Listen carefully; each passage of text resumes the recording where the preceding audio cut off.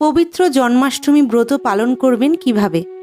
শাস্ত্রে আছে কেউ যদি একবার কৃষ্ণের জন্মাষ্টমী ব্রত পালন করেন তাহলে তাকে আর এই জড়জগতে জন্ম মৃত্যু ব্যাধি কষ্ট ভোগ করতে হয় না ও পুনর্জন্ম গ্রহণ করতে হয় না। আসুন সবাই ভগবান শ্রীকৃষ্ণের এই শুভ জন্মতিথি অর্থাৎ জন্মাষ্টমীর ব্রত পালন করি।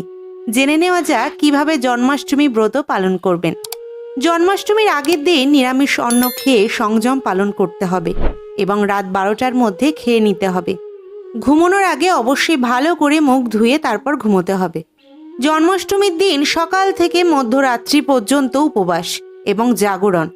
উপবাস থেকে হরিনাম জপ, কৃষ্ণলীলা শ্রবণ, ভগবানকে দর্শন, ভক্ত সঙ্গে হরিনাম কীর্তন, অভিষেক দর্শন করতে হবে এবং ভগবানকে অভিষেক করে একাদশীর দিনের মতো অনুকল্প প্রসাদ সেবন করতে হবে।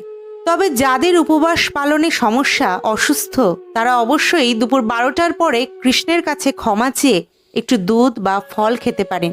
তবে এই ব্রতে একাদশীর মতোই অন্নসহ পঞ্চরবি শস্য খাবার বিধান নেই। জন্মাষ্টমীর পরের দিন সকালে স্নান করার শেষে নির্দিষ্ট সময়ের মধ্যে পারণ মন্ত্র পাঠ করে শ্রীকৃষ্ণের প্রসাদ দিয়ে পারণ করবেন। এইভাবেই জন্মাষ্টমীর ব্রত আমাদের সকলকেই পালন করতে হবে।